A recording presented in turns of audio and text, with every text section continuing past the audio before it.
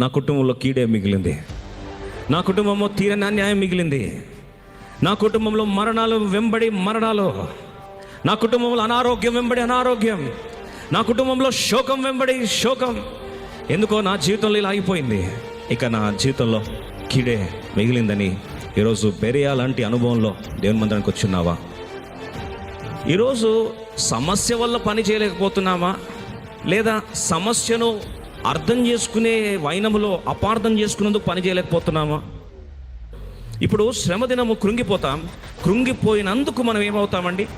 చేతగాని వాళ్ళం అవుతాం. నీ ప్రియులను కోల్పోయావా?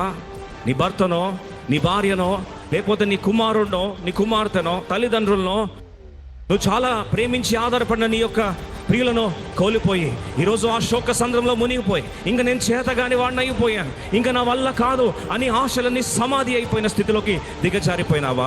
నీ శ్రమ దినమందు నువ్వు కృంగిపోయినావా? కీడులో నుండి పెళ్ళువికే ప్రార్థనలు మానవాతీతమైన శక్తిని కుమ్మరిస్తాయి. విరిగిపోయిన గుండెల నుంచి వచ్చే ప్రార్థనలు దయచేసి తక్కువ అంచనా ఎత్తు.